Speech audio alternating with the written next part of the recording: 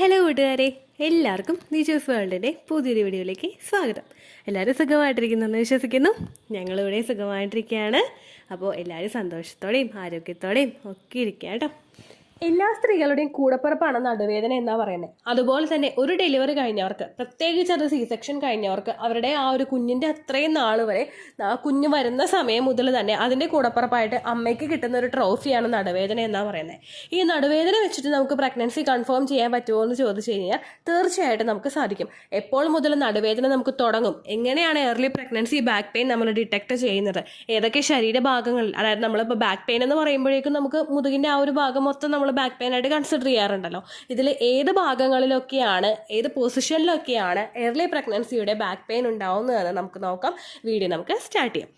അപ്പോൾ ഇവിടെ നമുക്ക് ബാക്ക് പെയിൻ അനുഭവപ്പെടുന്നത് ഏകദേശം നിങ്ങളുടെ ഇംപ്ലാന്റേഷൻ നടക്കുന്ന ടൈം പീരീഡ് മുതലാണ്. ഇംപ്ലാന്റേഷൻ നമുക്കുണ്ടാവുന്നത് ഓവുലേഷൻ കഴിഞ്ഞിട്ട് 6 to 12 ഡേയ്സിനകത്താണ്.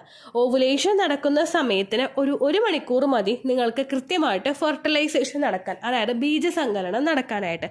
ഈ ഫെർട്ടിലൈസേഷൻ കഴിഞ്ഞു കഴിഞ്ഞാൽ ഉടനെ തന്നെ നിങ്ങൾക്ക് പ്രഗ്നൻസി ലക്ഷണങ്ങളൊന്നും കാണാനായിട്ട് സാധിക്കില്ല, വിസിബിൾ ആയിരിക്കില്ല. ഈ പ്രഗ്നൻസി ലക്ഷണങ്ങൾ കണ്ടു തുടങ്ങണമെങ്കിൽ നമുക്ക് അവിടെ ഇംപ്ലാന്റേഷൻ നടക്കണം. ഇംപ്ലാന്റേഷൻ എന്ന് പറയുന്നത് നമ്മുടെ എൻഡോമെട്രിയൽ ലൈനിങ്ങിൽ വന്നിട്ട് ഫെർട്ടിലൈസ്ഡ് ആയിട്ടുള്ള എഗ്ഗ് അതിന് പറ്റുന്ന ഒരു പൊസിഷൻ കണ്ടുപിടിച്ച് അറ്റാച്ച് ആകുന്ന പ്രവർത്തനമാണ്. ഈ അറ്റാച്ച് അവിടെ നടക്കുന്ന സമയത്ത് നിങ്ങൾക്ക് ഒരുപാട് ഹോർമോൺസിന്റെ ഇൻക്രീസ് ഉണ്ടാകും. അതായത് oestrogen hormone, progesterone hormone, HCG hormone, ഇങ്ങനെയുള്ള ഹോർമോൺസിന്റെ പ്രൊഡക്ഷൻ ഉണ്ടാകും.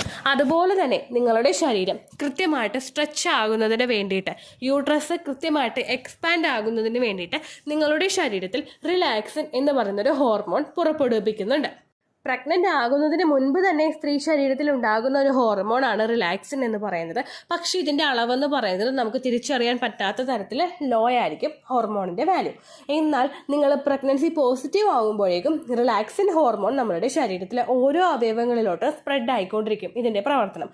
കാരണം നമ്മുടെ യൂട്രസ് കൃത്യമായിട്ട് എക്സ്പാൻഡ് ആവണമെങ്കിൽ അതിനെ ചുറ്റി നിൽക്കുന്ന ബാക്കിയുള്ള മസിൽസൊക്കെ വികസിക്കാനായിട്ട് തുടങ്ങണം. യൂട്രസ് എക്സ്പാൻഡ് ആകുമ്പോൾ ചുറ്റി നിൽക്കുന്ന അവയവങ്ങളൊന്നും വികസിക്കുന്നില്ലെങ്കിൽ യൂട്രസിന് കൃത്യമായിട്ട് എക്സ്പാൻഡ് ആവാനായിട്ട് പറ്റില്ല. ആ ഒരു എക്സ്പാൻഷനെ സപ്പോർട്ട് ചെയ്യുന്ന ഒന്നാണ് റിലാക്സിൻ എന്ന് പറയുന്ന ഒരു ഹോർമോൺ. ഈ പ്രവർത്തനം നമുക്ക് ശരീരത്തിൽ നടന്നു തുടങ്ങുമ്പോഴേക്കും ഏറ്റവും കൂടുതൽ വ്യത്യാസം ഏറ്റവും ആദ്യം ഫീൽ ചെയ്യുന്നത് നമ്മുടെ ബാക്കിന്റെ പോർഷനിലാണ്, ലോവർ ബാക്ക് പോർഷനിലാണ്. എന്തുകൊണ്ടാണെന്ന് വെച്ച് കഴിഞ്ഞാൽ നമ്മുടെ ഒരു പൊക്കിളിന് താഴെയായിട്ട് യൂട്രസ് സ്ഥിതി ചെയ്യുമ്പോഴേക്കും അതിന് നേരെ പുറകിലായിട്ടുള്ള പോർഷൻ നമ്മുടെ ലോവർ ബാക്ക്, ഈ പൊസിഷനിലായിരിക്കും നിങ്ങൾക്ക് ഏറ്റവും ആദ്യം ഇംപ്ലാന്റേഷന്റെ ക്രാംസ് ഫീൽ ചെയ്യുന്നത്. യൂട്രസ് എക്സ്പാൻഡ് ആകുമ്പോഴേക്കും അതിന്റെ പ്രഷർ അതിന് ചുറ്റുമുള്ള ഭാഗത്തേക്കും അതിന് പുറകിലുള്ള ഭാഗത്തേക്കും കൊടുക്കുന്നതിന്റെ ഭാഗമായിട്ടാണ് പലർക്കും ഈ ബാക്ക് പെയിൻ ഫീൽ ചെയ്യുന്നത്. ഏറ്റവും ആദ്യം നിങ്ങൾക്ക് ആ ഒരു ഇംപ്ലാന്റേഷൻ ക്രാംസ് ഫീൽ ചെയ്യുന്ന ഒരു ശരീരഭാഗമാണ് നിങ്ങളുടെ ലോവർ ബാക്ക്, നിങ്ങളുടെ നടുവിന്റെ ഏറ്റവും അറ്റത്തുള്ള ഭാഗം.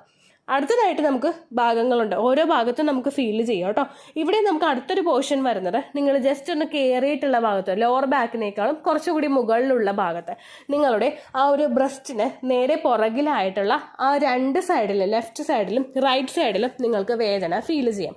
നിങ്ങളിലെ ബ്ലഡ് സർക്കുലേഷൻ വർദ്ധിക്കുന്നതും അതുപോലെ തന്നെ നമ്മുടെ യൂട്രസ് എക്സ്പാൻഡ് ആവാനായിട്ട് തുടങ്ങുന്നതിൻ്റെ ഭാഗമായിട്ട് നിങ്ങൾക്ക് അവിടെ കുറച്ച് നേരം നിൽക്കുമ്പോൾ തന്നെ ഹെവി ആയിട്ടുള്ള വേദന, ഒരുപാട് നേരം നിന്നിട്ട് ജോലി ചെയ്യാൻ പറ്റാത്ത തരത്തിലുള്ള അസ്വസ്ഥതകളും ഫീൽ ചെയ്യാനായിട്ട് തുടങ്ങും. അടുത്തതായിട്ട് നമുക്ക് ഫീൽ ചെയ്യുന്നത് നടുവിൻ്റെ സെൻറ്റർ പോർഷനിലാണ്.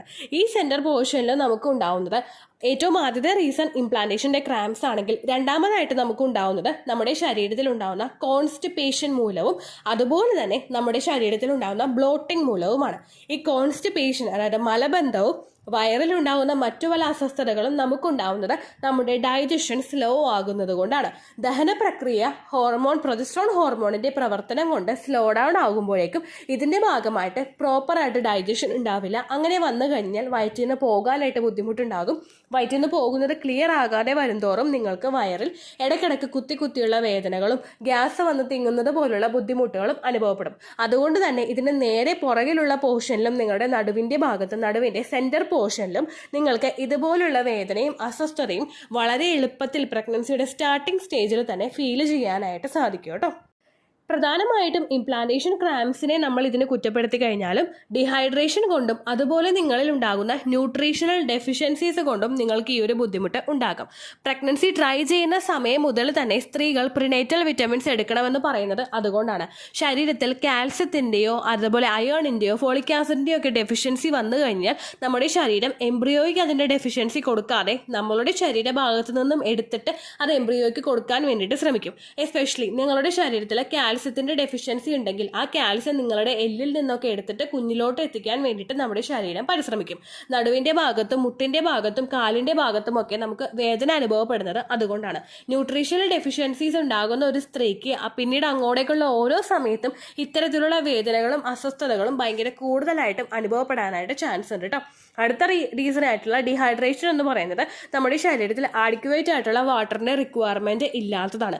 വെള്ളത്തിന്റെ അളവ് ശരീരത്തിൽ കുറയുമ്പോഴേക്കും കുഞ്ഞിലോട്ടുള്ള ബ്ലഡ് സർക്കുലേഷനെയും കുഞ്ഞിലോട്ട് ന്യൂട്രിയൻസ് എത്തുന്നതിനെയും അത് അഫക്റ്റ് ചെയ്യും. അങ്ങനെയൊക്കെ വരുന്നതിന്റെ ഭാഗമായിട്ടും ഡീഹൈഡ്രേഷൻ ഉണ്ടാവുന്നത് കൊണ്ടും നിങ്ങൾക്ക് ഇത്തരത്തിലുള്ള ലക്ഷണങ്ങൾ വളരെ സ്റ്റാർട്ടിംഗ് സ്റ്റേജിൽ തന്നെ കാണാനായിട്ട് ചാൻസ് ഉണ്ട് കേട്ടോ.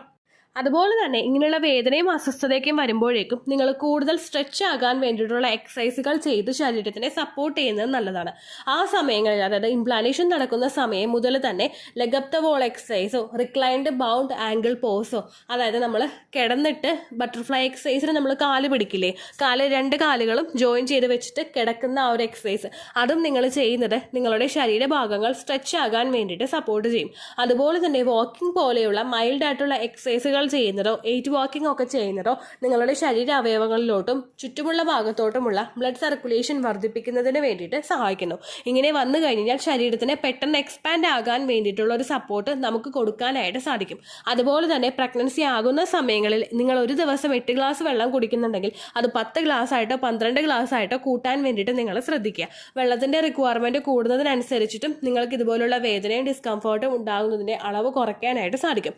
അതുപോലെ തന്നെ നിങ്ങൾക്ക് പ്രഗ്നൻസി പോസിറ്റീവ് ആകുന്നുണ്ടെങ്കിൽ, ഇത്തരത്തിലുള്ള വേദനയും അസ്വസ്ഥതയും തുടർച്ചയായിട്ട് കാണുന്നുണ്ടെങ്കിൽ അത് നിങ്ങൾ ഡോക്ടറോട് പറയണം. കാരണം പ്രഗ്നൻസി ആകുന്ന സമയത്ത് നിങ്ങളുടെ ബെല്ലി ഗ്രോ ആകുന്നതിനനുസരിച്ച്, കുഞ്ഞു വളരുന്നതിനനുസരിച്ചിട്ട് നിങ്ങൾക്ക് നടുവിന് വേദനയും അസ്വസ്ഥതയും ഒക്കെ ഉണ്ടാകാനായിട്ട് ചാൻസസ് കൂടുതലാണ്.